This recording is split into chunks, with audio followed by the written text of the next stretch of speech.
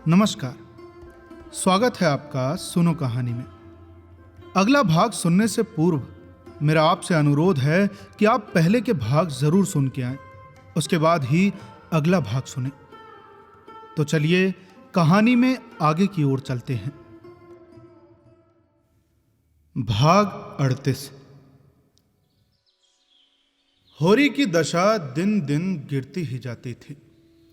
जीवन के संघर्ष में उसे सदैव हार हुई, पर उसने कभी हिम्मत नहीं हारी।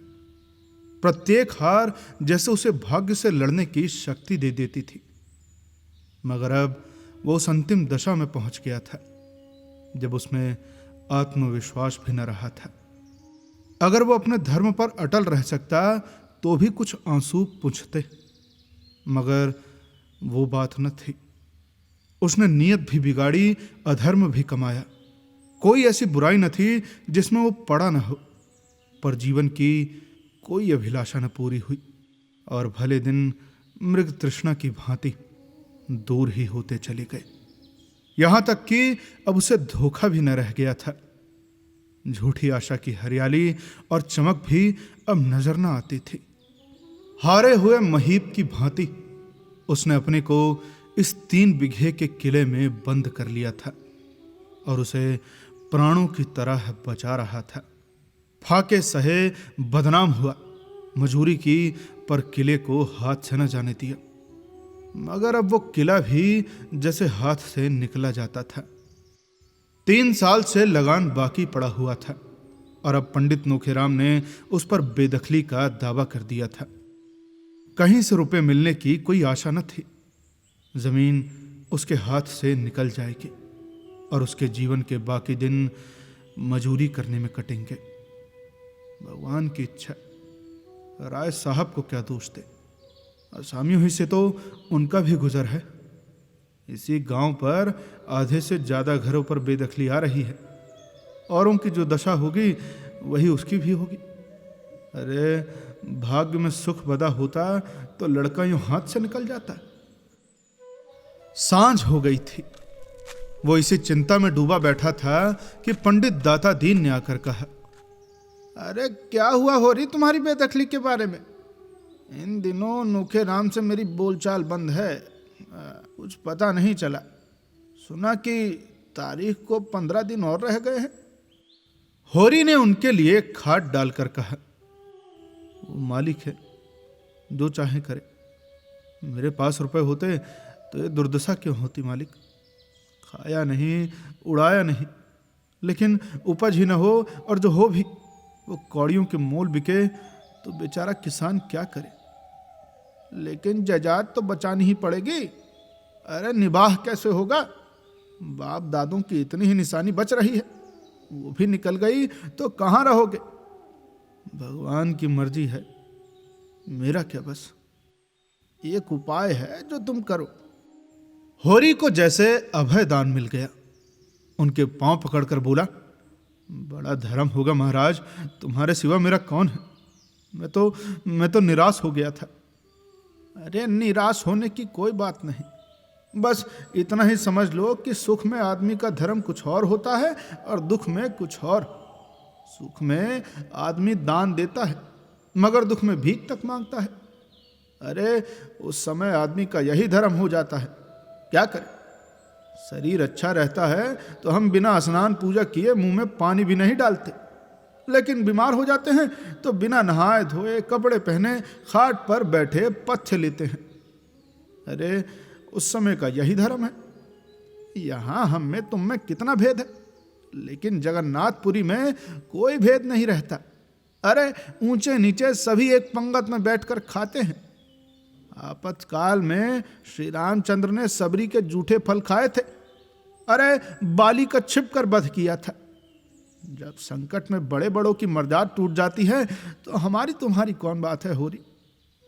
अच्छा राम सेवक महतो को तो जानते हो ना? होरी ने निरुत्साह होकर कहा, हाँ जानता क्यों नहीं। मेरा जजमान है, बड़ा अच्छा जमाना है उसका। अरे खेती अलग और लेन देन अलग। ऐसे रोब दाब का आदमी ही नहीं देखा। कई महीने हुए उनकी औरत मर गई है, संतान कोई नहीं। अगर रुपया का ब्याह उससे करना चाहो तो मैं उसे राजी कर लूं, मेरी बात वो कभी टालेगा नहीं। अरे लड़की सयानी हो गई है और जमाना देखो बुरा है, कहीं कोई बात हो जाए तो मुंह में कालिख लग जाए। ये बड़ा अच्छा अवसर है, लड़की का ब्याह भी हो जाएगा और तुम्हारे खेत भी बच जाएंगे। भाई सारे खर्च बरच से बचे जाते हो। राम सेवक होरी से 2 ही 4 साल छोटा था। ऐसे आदमी से रूपा के ब्याह करने का प्रस्ताव ही अपमानजनक था। कहां फूल सी रूपा और कहां वो बुढ़ा ठूंठ। जीवन में होरी ने बड़ी बड़ी चोट सही थी, मगर ये चोट सबसे गहरी थी। आज उसके ऐसे दिन आ गए हैं कि उससे लड़की बेचने की बात कही जाती है और उसमें इनकार करने का साहस नहीं है। ग्लानि से उसका सिर झुक गया। दाता दीन ने 1 मिनट के बाद पूछा, तो क्या कहते हो? होरी ने साफ जवाब न दिया। बोला, सोच कर कहूंगा। अरे इसमें सोचने की क्या बात है, धनिया से भी तो पूछ लूं। अरे तो तुम राजी हो कि नहीं? जरा सोच लेने दो महाराज, आज तक कुल में कभी ऐसा नहीं हुआ। अरे उसकी मर्यादा भी तो रखना है। अच्छा तो 5-6 दिन के अंदर मुझे जवाब दे देना, ऐसा न हो कि तुम सोचते ही रहो और बेदखली आ जाए। दाता दीन चले गए। होरी की ओर से उन्हें कोई अंदेशा न था, अंदेशा था धनिया की ओर से। उसकी नाक बड़ी लंबी है, चाहे मिट जाए मगर मर्यादा न छोड़ेगी। मगर होरी हां कर ले तो वो रोध होकर मान ही जाएगी। खेतों के निकलने में भी तो मर्यादा बिगड़ती है। धनिया ने आकर पूछा, पंडित क्यों आए थे? कुछ नहीं, यही बेदखले की बातचीत थी। आंसू पोंछने आए होंगे, ये तो ना होगा कि 100 रुपए उधार दे दे। मांगने का मुंह भी तो नहीं, तो यहां आते ही क्यों है? रुपया की सगाई की बात भी थी। किससे? राम सेवक को जानती है? उन्हीं से। मैंने उन्हें कब देखा? हाँ, नाम बहुत दिन से सुनती हूं। अरे वो तो बूढ़ा होगा। बूढ़ा नहीं है, हाँ मगर अधेड़ है। अरे तो तुमने पंडित को फटकारा नहीं? मुझसे कहते तो ऐसा जवाब देते कि याद करते। अरे फटकारा नहीं, लेकिन इनकार कर दिया। कहते थे कि ब्याह भी बिना खर्च बरच के हो जाएगा और खेत भी बच जाएंगे। अरे साफ साफ क्यों नहीं बोलते कि लड़की बेचने को कहते थे? अरे कैसे इस बूढ़े का हिया पड़ा। लेकिन होरी इस प्रश्न पर जितना ही विचार करता उतना ही उसका दुराग्रह कम हो जाता था। कुल मर्यादा की लाज उसे कम न थी, लेकिन जिसे असाध्य रोग ने ग्रस लिया हो वो खाद्य अखाद्य की परवाह कब करता है। दाता दीन के सामने होरी ने कुछ ऐसा भाव प्रकट किया था जिसे स्वीकृति नहीं कहा जा सकता, मगर भीतर से वो पिघल गया था। उम्र की ऐसी कोई बात नहीं, मरना जीना तकदीर के हाथ है। बूढ़े बैठे रहते हैं और जवान चले जाते हैं। अगर रूपा के भाग्य में सुख लिखा है तो वहां भी सुख उठाएगी, दुख लिखा है तो कहीं भी सुख नहीं पा सकती। और लड़की बेचने की तो कोई बात ही नहीं। होरी उससे जो कुछ लेगा उधार लेगा और हाथ में रुपए आते ही चुका देगा। इसमें शर्म या अपमान की कोई बात ही नहीं है।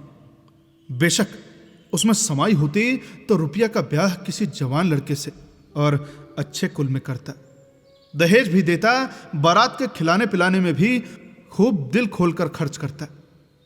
मगर जब ईश्वर ने उसे इस लायक नहीं बनाया तो कुछ कन्या के सिवा और वो क्या कर सकता है?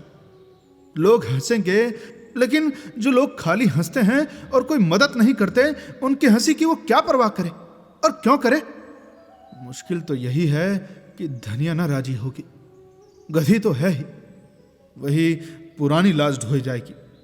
अरे ये कुल प्रतिष्ठा के पालने का समय नहीं है, अपनी जान बचाने का अवसर है।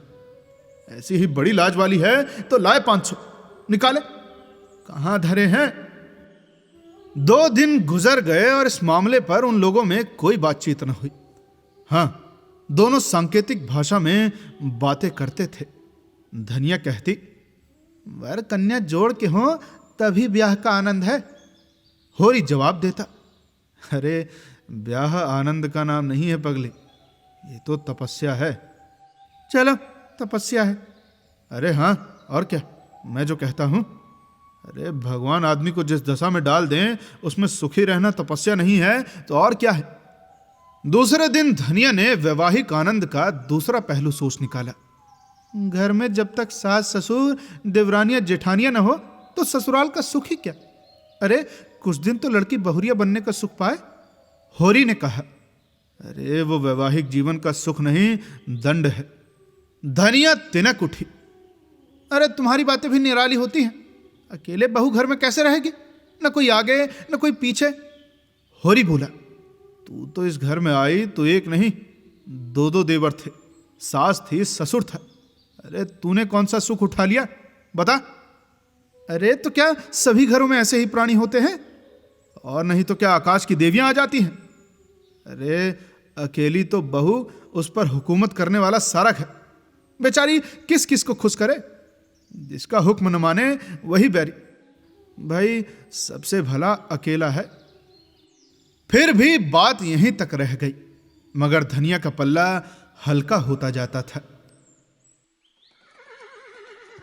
चौथे दिन राम सेवक महतो खुद आ पहुंचे, कला रास घोड़े पर सवार, साथ एक नाई और एक खिदमतगार, जैसे कोई बड़ा जमींदार हो। उम्र 40 से ऊपर थी, बाल खिचड़ी हो गए थे, पर चेहरे पर तेज था, देह गठी हुई। होरी उनके सामने बिल्कुल बूढ़ा लगता था, किसी मुकदमे की पैरवी करने जा रहे थे। यहां जरा दोपहरी काट लेना चाहते थे। धूप कितनी तेज है और कितनी जोरों की लू चल रही है। होरी सहुआइन की दुकान से गेहूं का आटा और घी ले आया। पूरियां बनी, तीनों मेहमानों ने खाया। दाता दीन भी आशीर्वाद देने आ पहुंचे। बातें होने लगी। दाता दीन ने पूछा, कैसा मुकदमा है महतो? राम सेवक ने शान जमाते हुए कहा, अरे मुकदमा तो एक न एक लगा ही रहता है महाराज। संसार में गऊ बनने से काम नहीं चलता, जितना दबो उतना ही लोग दबाते हैं। थाना, पुलिस, कचहरी, अदालत सब है हमारी रक्षा के लिए, लेकिन रक्षा कोई नहीं करता। चारों तरफ लूट है। जो गरीब है, बेकस है, उसकी गर्दन काटने के लिए सभी तैयार रहते हैं। अरे भगवान न करे कोई बेईमानी करे, ये बड़ा पाप है। लेकिन अपने हक और न्याय के लिए न लड़ना उससे भी बड़ा पाप है। अरे तुम ही सोचो, आदमी कहाँ तक दबे। यहाँ तो जो किसान है वो सबका नरम चारा है। पटवारी को नजराना और दस्तूरी न दे तो गांव में रहना मुश्किल। अरे जमींदार के चपरासी और कारिंदों का पेट न भरे तो निवाह न हो। थानेदार और कांस्टेबल तो जैसे उसके दामाद हैं। अरे जब उनका दौरा गांव में हो जाए, किसानों का धर्म है वो उनका आदर सत्कार करे, नजर नयाज दे। नहीं एक रिपोर्ट में गांव का गांव बंधा जाए। कभी कानूनगो आते हैं, कभी तहसीलदार, कभी डिप्टी, कभी जज, कभी कलेक्टर, कभी कमिश्नर। किसान को उनके सामने हाथ बांधे हाजिर रहना चाहिए। उनके लिए रसद, चारे, अंडे, मुर्गी, दूध, घी, इन सब का इंतजाम करना चाहिए। तुम्हारे सिर भी तो वही बीत रही है महाराज। एक न एक हकीम रोज नए नए बढ़ते जाते हैं। एक डॉक्टर कुओं में दवाई डालने के लिए आने लगा है, एक दूसरा डॉक्टर कभी कभी आकर ढोरों को देखता है, और फिर लड़कों का इम्तिहान लेने वाला इंस्पेक्टर है। न जाने किस किस महकमे के अफसर हैं। नहर के अलग, जंगल के अलग, ताड़ी शराब के अलग, गांव सुधार के अलग, खेती विभाग के अलग। अरे कहां तक गिनाऊं? पादड़ी आ जाता है तो उसे भी रसद देना पड़ता है, नहीं शिकायत कर दे। और जो कहो कि इतने महकमों और इतने अफसरों से किसान का कुछ उपकार होता हो तो नाम को नहीं। अभी जमींदार ने गांव पर हल पीछे 2-2 रुपए चंदा लगाया। किसी बड़े अफसर की दावत की थी, किसानों ने देने से इनकार कर दिया। उसने सारे गांव पर जाफा कर दिया। अरे हाकिम भी जमींदार का ही पक्ष करते हैं। ये नहीं सोचते कि बेचारा किसान भी आदमी है, उसके भी बाल बच्चे हैं, उसकी भी इज्जत आबरू है। और ये सब हमारे दब्बूपन का फल है। मैंने गांव भर में डोंडी पिटवा दी कि कोई भी बेसी लगान न दो और न खेत छोड़ो। हमको कोई कायल कर दे तो हम जाफा देने को तैयार हैं, लेकिन जो तुम चाहो कि बेमुंह के किसानों को पीस कर पी जाएं तो ये ना होगा। गांव वालों ने मेरी बात मान ली और सबने जाफा देने से इनकार कर दिया। जमींदार ने देखा कि सारा गांव एक हो गया है तो लाचार हो गया। खेत बेदखल भी कर दे तो जोते कौन? अरे इस जमाने में जब तक कड़े न पड़ो तो कोई नहीं सुनता। अरे बिना रोए तो आजकल बालक भी मां से दूध नहीं पाता। राम सेवक तीसरे पहर चला गया और धनिया और होरी पर न मिटने वाला असर छोड़ गया। दादा दीन का मंत्र जाग गया। उन्होंने पूछा, अब क्या कहते हो होरी? होरी ने धनिया की ओर इशारा करके कहा, इससे पूछो।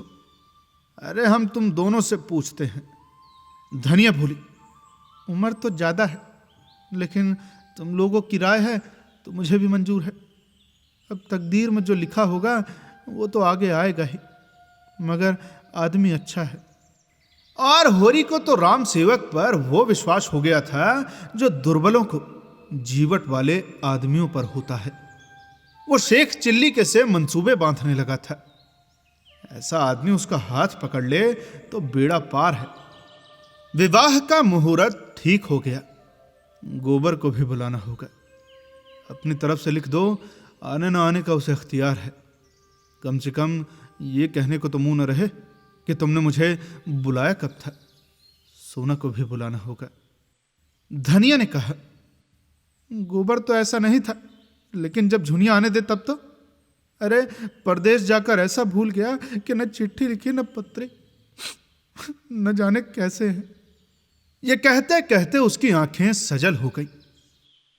गोबर को खत मिला तो चलने को तैयार हो गया। झुनिया को जाना अच्छा तो न लगता था, पर इस अवसर पर कुछ कह नहीं सकी। बहन के ब्याह में भाई का न जाना कैसे संभव है? सोना के ब्याह में न जाने का कलंक क्या कम है?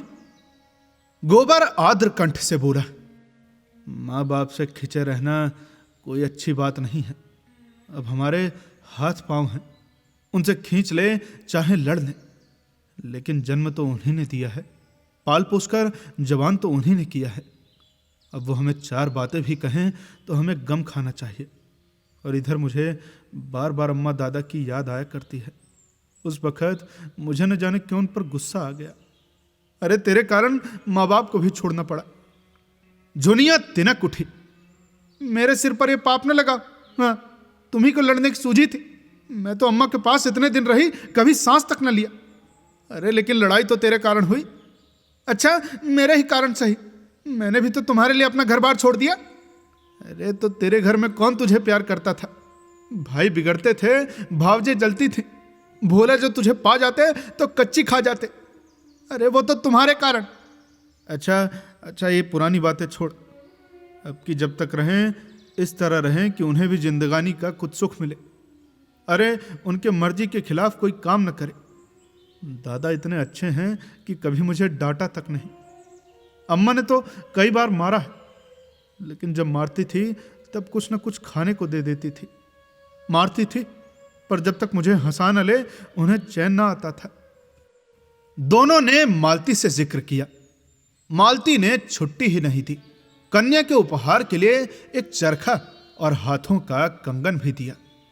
वो खुद जाना चाहती थी, लेकिन कई ऐसे मरीज उसके इलाज में थे जिन्हें एक दिन के लिए भी छोड़ न सकती थी। हाँ, शादी के दिन आने का वादा उसने किया और बच्चे के लिए खिलौनों का ढेर लगा दिया। उसे बार बार चूमती थी और प्यार करती थी, मानो सब कुछ पेशगी ले लेना चाहती है। और बच्चा उसके प्यार की बिल्कुल परवाह न करके घर चलने के लिए खुश था। उस घर के लिए जिसको उसने देखा तक न था। उसकी बाल कल्पना में घर स्वर्ग से भी बढ़कर कोई चीज थी। गोबर ने घर पहुंचकर उसकी दशा देखी तो ऐसा निराश हुआ कि इसी वक्त यहां से लौट जाए। घर का एक हिस्सा गिरने गिरने को हो गया था। द्वार पर केवल एक बैल बंधा हुआ था, वो भी निमजान। धनिया और होरी दोनों फूले न समाये, लेकिन गोबर का जी उचाट था। अब इस घर के संभलने की क्या आशा है? वो गुलामी करता है लेकिन भरपेट खाता तो है। केवल एक ही मालिक का तो नौकर है। यहां तो जिसे देखो वही रौब जमाता है। गुलामी है पर सूखी। मेहनत करके अनाज पैदा करो और जो रुपये मिले वो फिर दूसरों को दे दो। आप बैठे राम राम करो। दादा ही का कलेजा है कि ये सब सहते हैं, उससे तो एक दिन न सहा जाए। और ये दशा कुछ होरी की ही न थी, सारे गांव पर यह विपत्ति थी। ऐसा एक आदमी भी नहीं जिसकी रोनी सूरत न हो। मानो उनके प्राणों की जगह वेदना ही बैठी उन्हें कठपुतलियों की तरह नचा रही हो।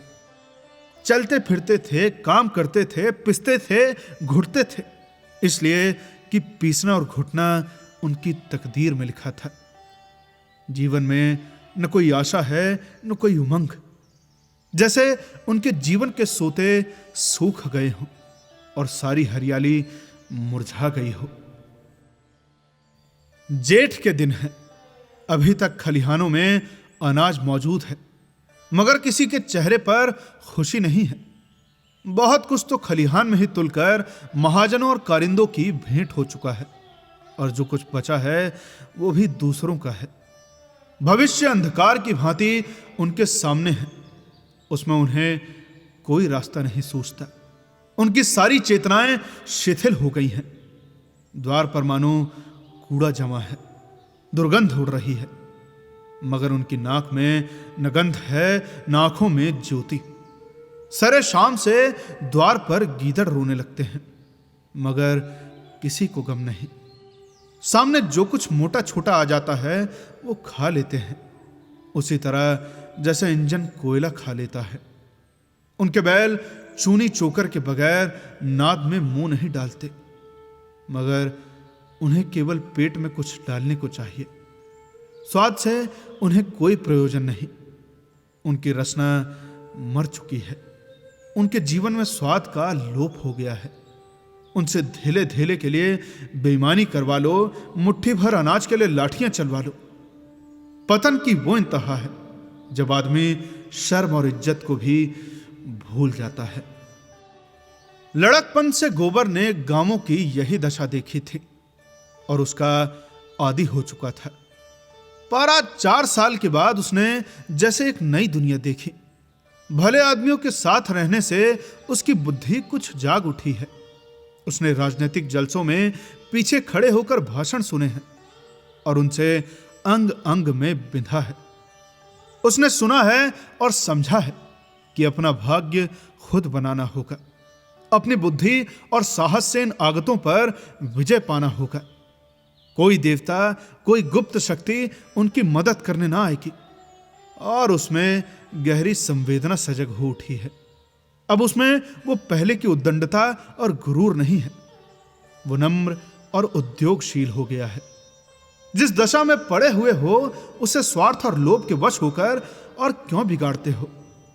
दुख ने तुम्हें एक सूत्र में बांध दिया है, बंधुत्व के इस दैवी बंधन को कि अपने तुच्छ स्वार्थों से तोड़ डालते हो।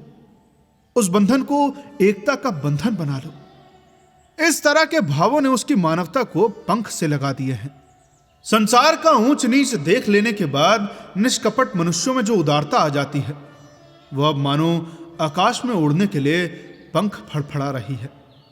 होरी को अब वो कोई काम करते देखता है तो उसे हटाकर खुद करने लगता है, जैसे पिछले दुर्व्यवहार का प्रायश्चित करना चाहता हो। कहता है, दादा तुम अब कोई चिंता मत करो, सारा भार मुझ पर छोड़ दो। मैं अब हर महीने खर्च भेजूंगा। इतने दिन तो मरते खपते रहे, कुछ दिन तो आराम कर लो। मुझे तो धिक्कार है कि मेरे रहते तुम्हें इतना कष्ट उठाना पड़ा। और यह सुनकर होरी के रोम रोम में बेटे के लिए आशीर्वाद निकल जाता है। उसे अपनी जीर्ण देह में देवी स्फूर्ति का अनुभव होता है। वो इस समय अपने कर्ज का ब्यौरा कहकर उसकी उठती जवानी पर चिंता की बिजली क्यों गिराए? वो आराम से खाए पिए, जिंदगी का सुख उठाए। मरने खपने के लिए वो तैयार है। यही उसका जीवन है। राम राम जप कर वो जी भी तो नहीं सकता। उसे तो फावड़ा और कुदाल चाहिए। राम नाम की माला गैर कर उसका चित्त न शांत होगा। गोबर ने कहा, दादा कहो तो मैं सबसे किस्त बंधवा लूं और हर महीने महीने देता जाऊं। अच्छा दादा, सब मिलकर कितना होगा? होरी ने सिर हिलाकर कहा, नहीं बेटा, तुम काहे की तकलीफ उठाओगे? अरे अभी तुम्हें ही कौन बहुत मिलते हैं, मैं सब देख लूंगा। जमाना इसी तरह थोड़े ही रहेगा। रूपा चली जाती है तो अब कर्ज ही चुकाना तो है। तुम कोई चिंता मत करना, खाने पीने का संयम रखना। अभी देह बना लोगे तो सदा आराम से रहोगे। अब मेरी कौन है, मुझे तो मरने खपने की आदत पड़ गई है। अभी मैं तुम्हें खेती में नहीं जोतना चाहता बेटा। मालिक अच्छा मिल गया है, उसकी कुछ दिन सेवा कर लोगे तो आदमी बन जाओगे। वो तो यहाँ आ चुकी हैं, साक्षात देवी हैं, देवी। हाँ दादा, ब्याह के दिन फिर आने को कहा है। हमारे सिर आंखों पर आए। ऐसे भले आदमियों के साथ रहने से चाहे पैसे कम भी मिले, लेकिन ज्ञान बढ़ता है और आंखें खुलती हैं बेटा। उसी वक्त पंडित दाता दीन ने होरी को इशारे से बुलाया और दूर ले जाकर कमर में से 100-100 के 2 नोट निकालते हुए बोले, तुमने मेरी सलाह मान ली, बड़ा अच्छा किया होरी, दोनों काम बन गए। अरे कन्या से भी उरीन हो गए और बाप दादों की निशानी भी बच गई। देखो, मुझसे जो कुछ हो सका मैंने तुम्हारे लिए कर दिया। अब तुम जानो और तुम्हारा काम जाने। होरी ने रुपए लिए तो उसका हाथ कांप रहा था, उसका सिर ऊपर न उठ सका, मुंह से एक शब्द न निकला, जैसे अपमान के अथाह गड्ढे में गिर पड़ा है और गिरता चला जाता है। आज 30 साल तक जीवन से लड़ते रहने के बाद वो परास्त हुआ है, और ऐसा परास्त हुआ है कि मानो उसको नगर के द्वार पर खड़ा कर दिया गया है और जो आता है उसके मुंह पर थूक देता है। वो चिल्ला चिल्ला कर कह रहा है, भाइयों, मैं दया का पात्र हूं। मैंने नहीं जाना कि जेठ की लू कैसी होती है और माघ की वर्षा कैसी होती है। अरे इस देह को चीर कर देखो, इसमें कितने प्राण रह गया है, कितना जख्मों से चूर, कितना ठोकरों से कुचला हुआ। उससे पूछो, कभी तूने विश्राम के दर्शन किए? कभी तू छांव में बैठा? उस पर यह अपमान, और वो अब भी जीता है, कायर, लोभी, अधम। उसका सारा विश्वास जो अगाध होकर स्थूल और अंधा हो गया था, मानो टुक टुक उड़ गया है। तभी दाता दीन ने कहा, तो मैं जाता हूं, न हो तो तुम इसी बखत नोखे राम के पास चले जाओ। होरी दीनता से बोला, चला जाऊंगा महाराज, मगर मेरी इज्जत तुम्हारे हाथ है। अब आगे की कहानी सुनने के लिए बने रहिए सुनो कहानी के साथ। मिलते हैं आपसे अगले भाग में। तब तक के लिए सुनते रहिए सुनो कहानी की अन्य कहानियां, और साथ ही साथ बताएं कि ये कहानी आपको कैसी लग रही है। धन्यवाद।